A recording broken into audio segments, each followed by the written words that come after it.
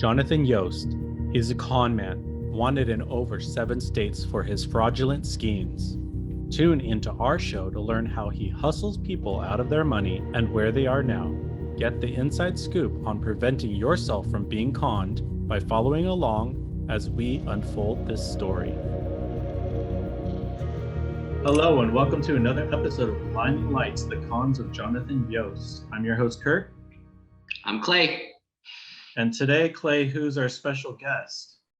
Her name is Spencena, and she's one of our most intriguing guests we're going to have on the show. She is quite the storyteller, and I can't wait to hear what she has to say, and I thank her for being on the show today.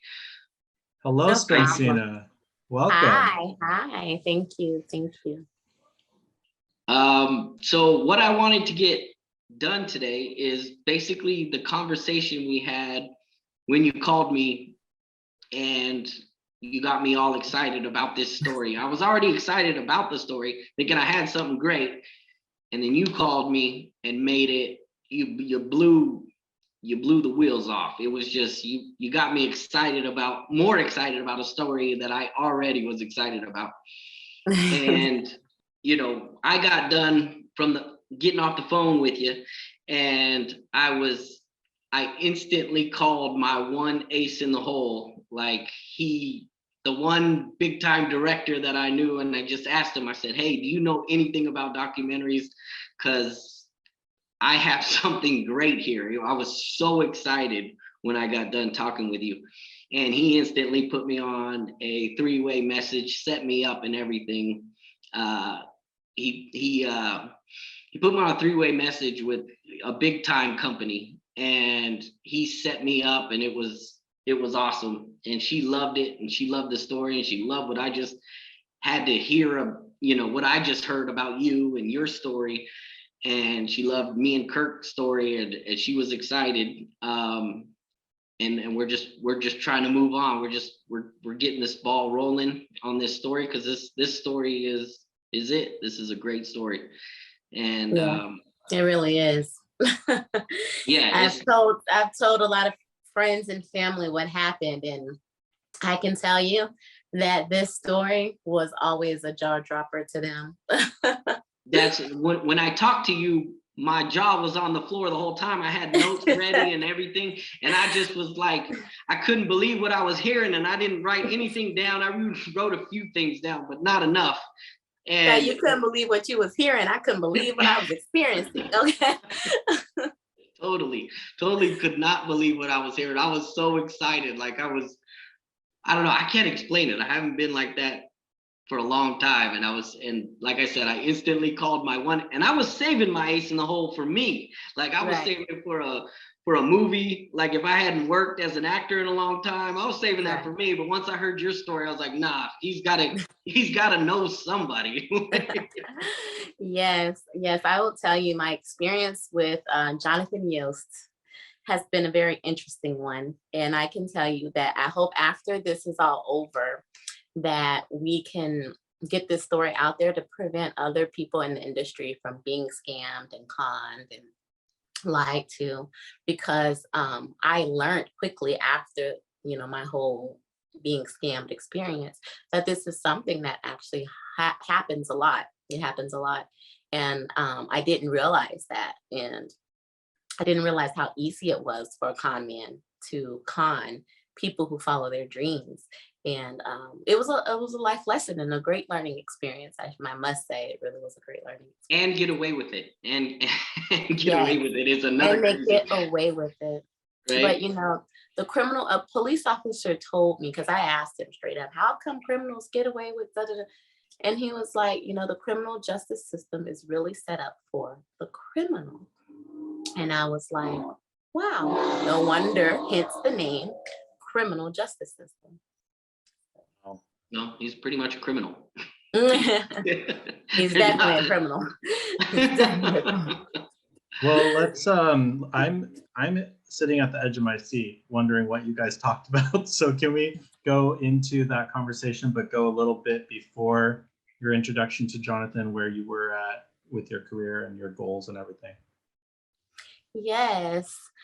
So I'm an actress, and at the time I was in school, in production school, and I was in aviation school, getting a third master's, getting two actually, two masters in aviation. But so I was doing that, and I was in production school. And my sister is a radio talent. She used to do radio at our school. We graduated from USF. She used to do radio at the school. She interned, I think, at Our Hat Radio. And I was telling her, you should get a job at Our Hat Radio because it's right next to my house and you could sleep over here sometimes because she stays far from Tampa. But I live in Tampa. So we ended up talking about an internship I found or discovered. I was like, I think it'd be a great idea, as sisters, if we go and we do the internship for this radio station. It was Super Bowl time. And I just wanted to do something fun with my little sister. Well, she's not little, she's a few years younger than me. So I thought it would be great for our resumes, me as an actress and her as she had a degree in mass communication, so her as a radio talent. I said, this will be a great experience for us. So we went and we started interning for this radio station, and then they had positions open for a marketing manager. So I applied and I got the marketing manager position, and she started working as one of their hosts. So one day in Atlanta, we were throwing an event, and my sister told me she met this man named Jonathan Yost. Well, his name was Latino, she thought. And he did use the last name Yost? No, he said Latino is what he said. But he didn't give you his first name? No, he didn't give her the full anything. He gave her Latino, period. And then later on, he used the name Jonathan Jonathan. Oh, okay. Yeah. So we were at home one day, and she called me and she said, will you come with me? Because she lives in a different city from me. Meet me in Orlando and interview this director. And I said, okay, that's cool. Because she knew I was in production school. So I went to go record him. So I had just bought this new equipment and I wanted to use it anyway. So we go to Orlando. We go to the Gaylord Hotel. And the Gaylord Hotel in Orlando is a very prestigious, expensive hotel, $500 a night. So we met him at this hotel, and he says in his interview that he loves Black people and he was raised by Black people, and that he's very family oriented and he looks out for his daughter and his mom and anybody that he considers to be his people. He always looks out for them. So the first thing that kind of annoyed me was, like, we were walking. After the interview, we were walking and he said that he would take us out to eat because, we deserved it. We worked so hard. So we go out to eat with him, and my sister's like, he's so great. He's so nice. And I was like, yeah, he seems cool, but it was something about him that just wasn't sitting right with me. And then he starts recording us as we're walking into the restaurant. And I'm like, okay, this is weird, but I just let it happen. I didn't care. So we're talking, and he says that, anything we need, he'll look out for us. And he comes with all this wad of money, all this money he always has in his hand, wads of money. And so my sister kept telling me, tell him you're an actress. Tell him you're an actress. And I was like, no, I don't really want to. She's like, you should. I said, well, I guess since he's a director, I can tell him about my show. So I told him about my show. He seemed very interested. He said, well, how much money do you have to shoot your pilot? Because he knew I was trying to shoot my pilot. That's what I was telling him. And I was like, well, I have about, I think, like I said, I had $8,000 to shoot the pilot, and I needed the rest of the funds to shoot it. And he said, well, I'll pay for the rest. I was like, really? He was like, yeah, I got you. And I was like, you're going to pay to shoot my pilot, which is like $35,000, $40,000. He's like, yeah. And I was like, okay. So as me and my sister, we dropped him back off to the Gaylord and did the interview. And I do have pictures from the interview. I'm not sure. Some of them didn't have audio because turns out my equipment didn't work. but I will send you whatever I have. I'll look through it and see if you want some of that stuff. I can send it to you. That'd be great. So we go home, and I'm like, I don't trust him. I don't trust him. She was like, if you don't take a chance, you'll never know. So I did. I gave him, I tried to cash app him all the money. And then how did you guys start up the production, legalization and documentation for this film? So he signed a contract with me, which the only reason he signed this contract was because I forced him. We were at the hotel room. I had my printer. He had his laptop. I was like, we're printing and signing right now, because he kept trying to postpone it. It was like, oh, we'll get around to it. We'll get around to it. And I said, no, sir, we're going to do it right now if you want to get this started. So that's how that happened with the whole signing of my contract. So he said, well, you can give the money to the production company that I'm going to use. So I went and I wrote I went to my bank and I got a cashier's check for, I think it was $5,000. And then I cash apped Latino $2,000, I think it was. And then I like, oh, I'm sorry. I thought you were saying something to me. Oh, I was saying no. Right. He did have a contract that I signed with the production company. So when I got the contract and I signed, I was able to send the money. So I sent the money to the production company through cashier's check, and I sent a cash app of $2,000 to Latino, and then I think it was another $1,000 to Latino after the fact, because I had to do 2 transactions. So after I sent the money to him, I flew to Atlanta, and Latino paid, quote unquote, for my hotel, for my flight. And he picked me up from the airport, took me to my hotel, and I was like, okay. He seems like he's a man of his word, because he says, I look out for my people. You're my people. I say, okay. So we shoot the pilot. The pilot was in Conyers, Georgia. And I thought it was, coming out great. Everything seemed to be legitimate. I'm there on set with people who are like, oh, I worked with him on the Tyler Perry studio. He pays good, blah, blah, blah, blah, blah. And so that made me start to feel like, okay, maybe he is legitimate. So why do I have this feeling that he's not? So during that experience, apparently there was stuff going on that I didn't know about. But one of the camera directors was saying he never got, or I'm not camera director, one of the director was saying, I never got paid for the other 3 things we did. But I didn't know about it because he didn't want to cause a scene. He was just talking to other people trying to figure out, did you guys get paid? Did you guys get paid? And that particular man came all the way from Texas and brought all his gear in a big trailer. And he came from, I think it's San Antonio or Dallas, one of the 2. Right, San Antonio. Yeah, he drove literally 24 hours straight to Georgia just to help us out last minute. So very nice gesture.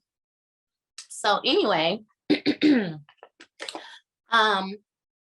after we shot it, I'm all happy and excited. Yay, my pilot shot. Maybe, I can't tell you the exact date, but I was talking to Latino and I was explaining to him that I want to make Tampa the next Hollywood, but not Hollywood, because I'm not really into the union. I'm not really into the, how do I say this lightly? The LA scene? The plastic. Yeah. The LA scene, that's what we call it. Yeah, LA scene. I don't care for the LA scene. So I was trying to create something different here where Florida could be put on the map. And he said, I have the same dream. We should go into business together. He said, I'm so tired of Atlanta and I'm tired of Tyler Perry Studios. And I just feel like, everybody's stealing my shows. And when is it my turn to get what is owed to me? And you know, he had pictures with celebrities. Like he showed me a picture with Megan Good, and he was claiming to be her friend. That's his best friend. And he was showing me pictures of him in a movie he did in Hawaii. He said he's from Hawaii. He has a mansion in Hawaii and all this other stuff. So I said, you're going to leave your mansion in Hawaii. You're going to leave Tyler Perry Studios and you're going to come to Florida. And he was like, yeah. I said, all right. So he told me to open up a business with him, and we were going to call it Shoreline Films. And I said, I like that name. I really, really love that name. And he had a show he had written called, it was called Shoreline Rescue. And so, excuse me, I'm kind of catching a cold here. No. Shoreline Rescue was a show that was about lifeguards and police officers who worked, you know, on the beach. And I thought, wow, that's really cool. It's kind of like a Baywatch or something, right? But with more action. So he then decides that he is going to stay in the Marriott, because everywhere he goes, he stays in Marriotts. He has points with them. He's going to stay in the Marriott once he gets done with his court situation he had. So while we were in Atlanta, do you know what court situation that was? No. When I was in Atlanta, he was saying he got saved. He goes to church. He's a changed man, and he used to be in a gang, and he used to do smuggling and what else did he say he used to do? He said he did a couple of different crimes. One was smuggling and one was in a gang, and then something was something else. Like he said that he had court for this stuff that happened way back in 2018, but since then he changed his life around. So the entire time that I'm shooting my pilot, he wasn't there. He kept doing like a Zoom in court. So he drove off and came back. So the whole time I'm shooting the pilot, he was never there. But everything worked out good. I had to direct my pilot and produce my pilot. But I was still happy with it because of the fact that everything was looking great. So when we get to Florida, we meet up at his hotel and we start creating documents. We have a contract now that says that he's going to pay me. I think it was like $500,000 I was going to pay. He was going to pay me so that I could pay the people who worked on the show and myself for a whole year. And I was like, okay. So he's paid, I'm like, well, I'm not going to have to go back to work because I'm going to be working for him for the whole year. And he was like, well, we open up the business together, so we'll put it in both of our names. So I have a 501c3, so I know about opening businesses. And I went to open the business, and he was like, just put it in your name. He said, I forget how he said it. I wish I remember exactly how he said it. He said, but put it in your name, because as soon as I put the EIN number from the IRS, I'll have my lawyer just finish the rest of the paperwork. And I'm thinking, okay, that's kind of weird. So I put the company in my name, asked me go through this place that he uses to create businesses.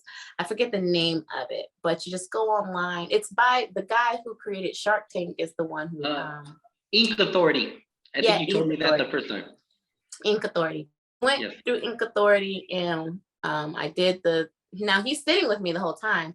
I did the application for which is called SunBiz through the Department of Corporations to get the business name. And then he does the EIN number. But since I hadn't used Ink Authority before and I wasn't sure how people handle stuff like that through third parties, when he gave me the EIN paper and gave on his phone, he said, just sign here. So I signed it, and I just thought it was odd. And then he sent me a copy of the paper, the EIN paper, and it had both of our names on it. So I'm like, okay, so maybe there's some kind of way that his name is going to be added to it later. You know, I'm like still skeptical, still watching him. So now we have the contract. Now we have the business name. We go and get shirts made. I get permits. I get houses, 2 houses for the crew to stay in. And one, I think it was one. Who's paying for the houses and the shirts and the All that He's stuff. paying for all of it. Mhm. He came down, he told me, he says, well, I have $35,000. I think it was 30 or 35,000. He showed me the money. He said, this is all I have. It was in a bag. He said, this is all I have. I'm gonna have to go back to Hawaii and go get my money. He said, because he has a foreign bank and it's based out of Japan. And the bank had a Guam, it had like the number said Guam or something. So I'm like, okay. So he was like, in Hawaii, we don't have American banks. And I'm like, but it's America. So I was like, okay. I just left it at that because I've never been to Hawaii. So I can't prove that he's lying. So I leave it at that.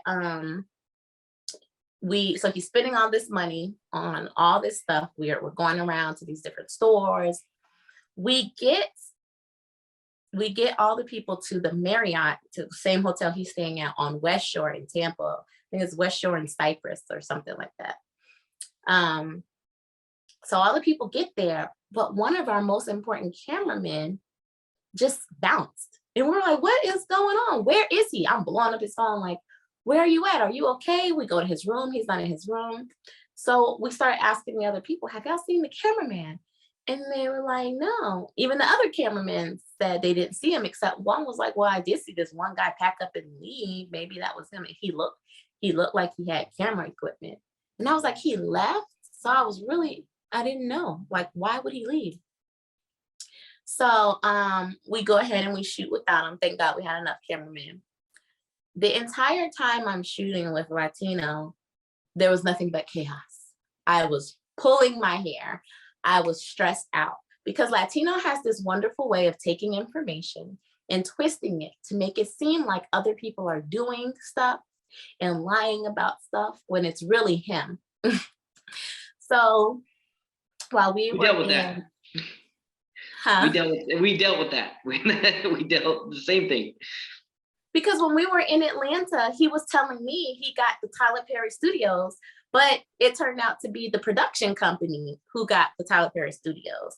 But he made it seem like it was him. So I'm thinking when these people are telling me, yeah, he pays us, but it wasn't him paying. It was the production company paying. Latino wasn't forking up any money. Well, when we get to Florida and we're shooting, Latino acts like he doesn't know what directors do. And I'm like, Latino, why are you making these stupid, it was like huddles he would have. I'm like, why are you having these stupid huddles? Stop doing this and causing confusion. And he was not listening to me and not doing the things I said. So whenever I wasn't there, Latino was running the show because I couldn't be there 24/7. So Latino was meeting with the mayor on my behalf.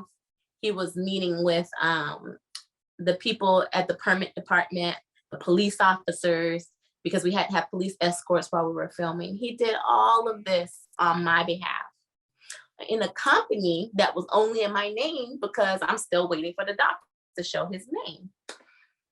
So I'm like, okay, I don't like what you're doing.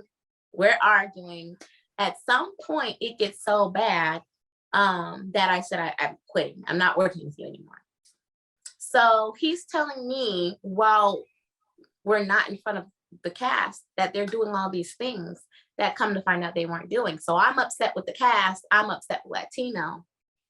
I blew a gasket. I was like, this is stressing me out. It's time for me to go. I'm not dealing with this anymore. So one of the guys who came down from Atlanta, one of the camera guys, said, well, I'll take over the company if you don't want it.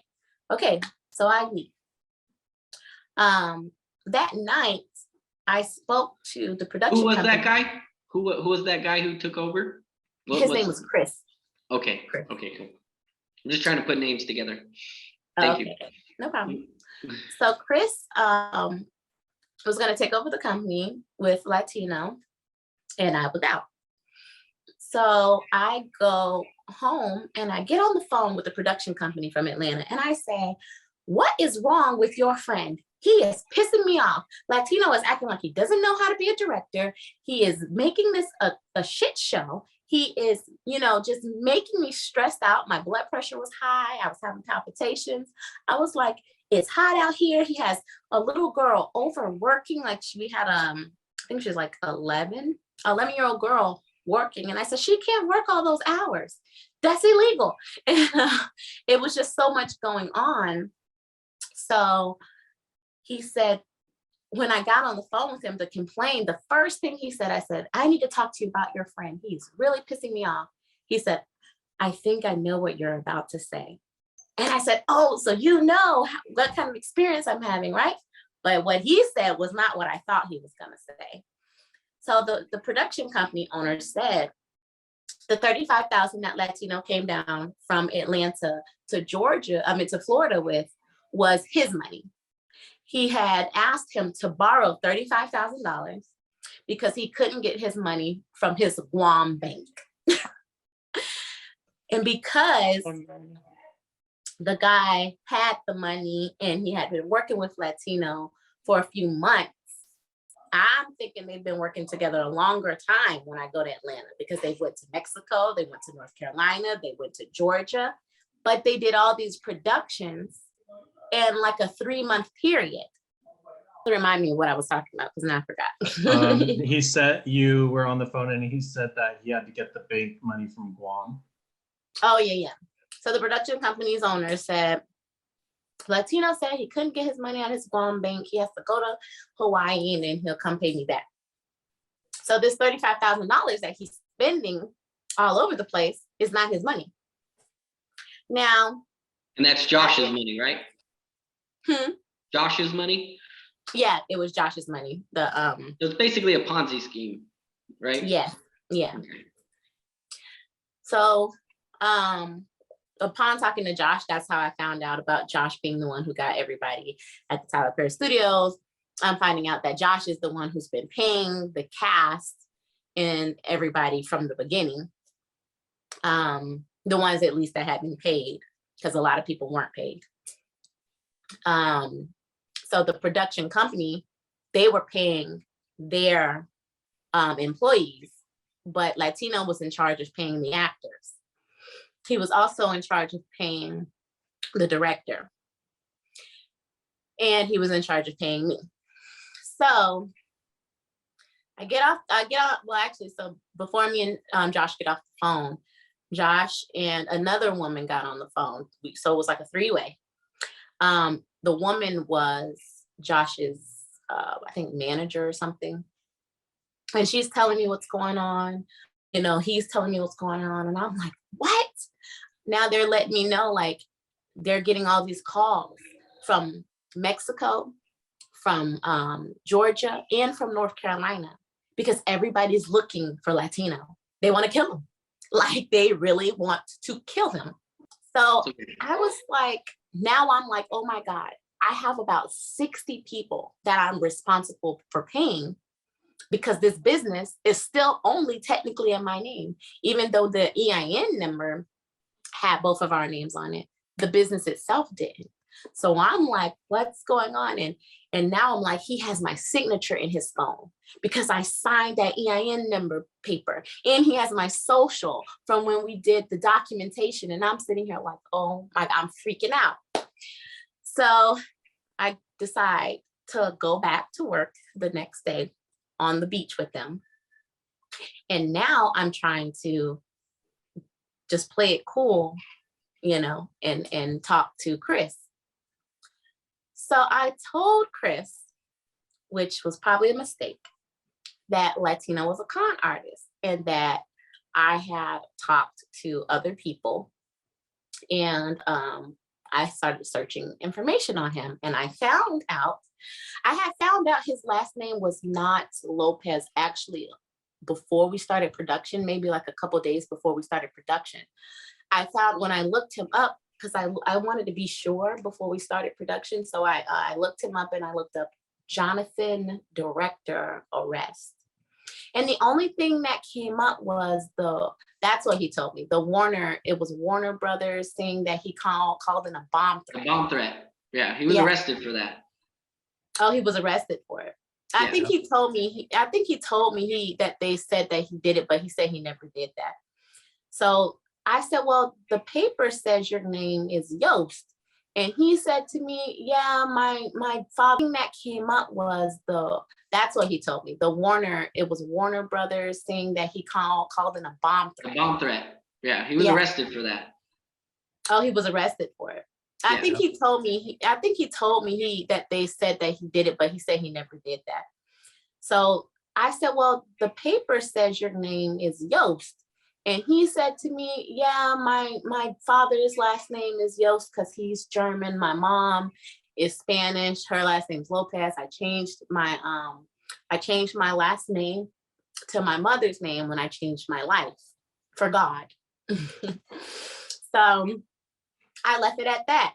I never once thought, go in and look up his full name, his real name. I never thought about that. So I was like, okay, whatever. So anyways, when I tell Chris that I found out that Latino was not only a con artist and that he took Josh's money and all these different things, instead of Chris keeping his mouth shut, he goes and tells Latino. So now Latino knows the jig is up and he has to get the heck out of Florida. So I'm thinking to myself, do I need to tell these people that he's a con artist, or should I make sure that they get paid? Should I keep Latino close to me? Thank you for joining us. Catch part 2 of our interview with Spencena in our next podcast.